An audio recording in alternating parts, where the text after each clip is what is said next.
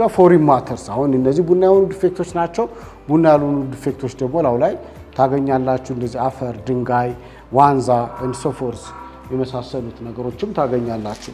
እዚህ ጋር ብዙ አለኝ የምታዋቸው ነገሮች አሉ፣ ዋንዛዎች አሉ። ፎሪን ማተርስ በጥቅሉ ከቡና ጋር የሚገኙ ቡና ያልሆኑም አፈር፣ ድንጋይ እና የዛፉ ቁርጥራጭ ፒስ ኦፍ ስቲክ ውድ እና ፎሪን ማተርስ በሙሉ ዋንዛን ጨምሮ ከቡና ጋር ከተገኘ ቡናው ይቀጣል ማለት ነው። ውስጡ ያለው መጠን ማለት ይሄ ደረጃውን ዝቅ ያስደርገዋል። ምክንያቱም ስንቆላው ቆልተን ስንፈጭ ይሄ ከፍጭት ውስጥ አብሮ ከገባብን የቡናውን ጣዕም ስለሚጎዳ ማለት ነው። በዚህ መሰረት እነዚህ ባዕድ ነገር ወይም ፎሪን ማተርስ ተብለው ምን ያህል መጠን ከ300 ግራም አላቸው ተብለው በሙሉ እነዚህ ዲፌክቶች ይመረመርና በዚህ መሰረት ራሱን የቻለ ትምህርት አለው። በዛ መሰረት ይዘጋጃል ማለት ነው።